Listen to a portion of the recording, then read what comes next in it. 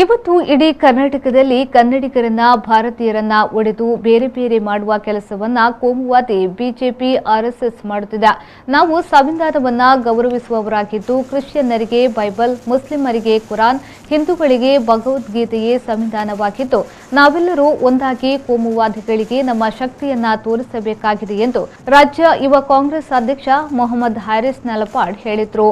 ಪುತ್ತೂರಿನ ಬ್ರಹ್ಮಶ್ರೀ ನಾರಾಯಣಗುರು ಮಂದಿರದ ಸಭಾಭವನದಲ್ಲಿ ನಡೆದ ಯುವ ಕಾಂಗ್ರೆಸ್ ಪದಾಧಿಕಾರಿಗಳ ಪದಗ್ರಹಣ ಸಮಾರಂಭವನ್ನು ಅವರು ಉದ್ಘಾಟಿಸಿ ಮಾತನಾಡಿದರು.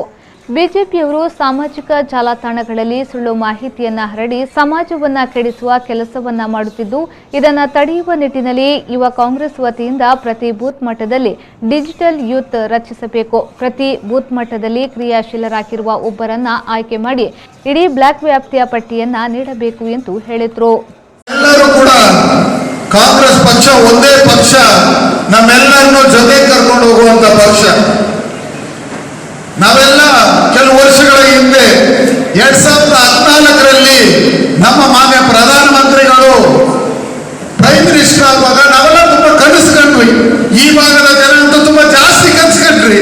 8ರಲ್ಲಿ 7 ಜನ ಬಿಜೆಪಿಯನ್ನ ನೀವು ಆರಿಸಿಕೊಟ್ರಿ. 2014ರಲ್ಲಿ ಪ್ರಧಾನಮಂತ್ರಿ ಮೋದಿ ಬಂದಾಗ ಅಚ್ಚೇ ದಿನ್ ದೇಂಗೆ ಅಚ್ಚೇ ದಿನ್ ಅಂದ್ರು. ಒಬ್ಬೊಬ್ಬರ ಅಕೌಂಟ್ಗೆ 15 ಲಕ್ಷ ಕೊಡ್ತೀನಿ ಅಂದ್ರು. ಕೊಟ್ರ ಯಾರಾದ್ರೂ ನಿಮ್ಮ ಅಕೌಂಟ್ಗೆ 15 ಲಕ್ಷ ಬಂತ? ವರ್ಷಕ್ಕೆ 2 ಕೋಟಿ ಕೆಲಸ ಕೊಡ್ತೀನಿ ಅಂದ್ರು. ಇವತ್ತಿಗೆ 7 ವರ್ಷ 14 ಕೋಟಿ ಕೆಲಸ ಸಿಗ್ಬೇಕಾಗಿತ್ತು. ಇಲ್ಲಿ ಕೂತಿರುವಂತ ಯುವಕರಿಗೆ ಎಷ್ಟು ಜನ ಓದಿದ್ದೀರಾ? ಎಷ್ಟು ಜನ ಡಿಗ್ರಿ ಕಂಪ್ಲೀಟ್ ಮಾಡಿದಿರ? ಕೈ ಎತ್ತಿ.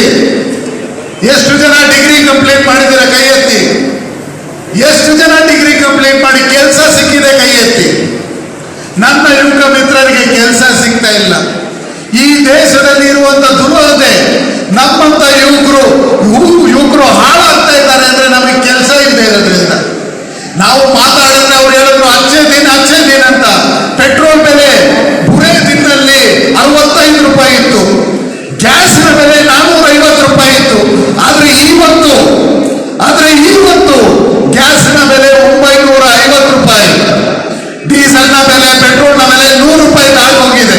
ವೇದಿಕೆಯಲ್ಲಿ ಯುವ ಕಾಂಗ್ರೆಸ್ ರಾಜ್ಯ ಉಸ್ತುವಾರಿಗಳಾದ ಅನಿಲ್ ಕುಮಾರ್ ಯಾದವ್ ಮತ್ತು ವಿದ್ಯಾ ಬಾಲಕೃಷ್ಣ, ಕಾಂಗ್ರೆಸ್ ಅಧ್ಯಕ್ಷ ಶ್ರೀಪ್ರಸಾದ್ ಪಾಣಾಚೆ, ಯುವ ಕಾಂಗ್ರೆಸ್ ಜಿಲ್ಲಾ ಉಪಾಧ್ಯಕ್ಷ ಹನೀಫ್ ಪುಂಚತಾರು, ಕೆಪಿಸಿಸಿ ಸಂಯೋಜಕ ಹೇಮನಾಥ್ ಶೆಟ್ಟಿ ಕಾವು, ಯುವ ಕಾಂಗ್ರೆಸ್ ಮುಖಂಡರಾದ ಮೆರಿಲ್ ರೇಗು, ಶರ್ಫರಾಜ್, ಆಶಿಫ್ ಪಿರೇರಾ, ನಾಸೀರ್, ಮಾಜಿ ಸಚಿವ ಬೀರಾಮಾನದ್ರಿ, ಕೆಪಿಸಿಸಿ ಕಾರ್ಯದರ್ಶಿ ಎಂಎಸ್ ಮಹಮ್ಮದ್, ಯುವ ಕಾಂಗ್ರೆಸ್ ಜಿಲ್ಲಾಧ್ಯಕ್ಷ ಲುಕ್ಮಾನ್ ಬಂಟ್ವಾಳ್ ಮೊದಲಾದವರು ಉಪಸ್ಥಿತರಿದ್ದರು.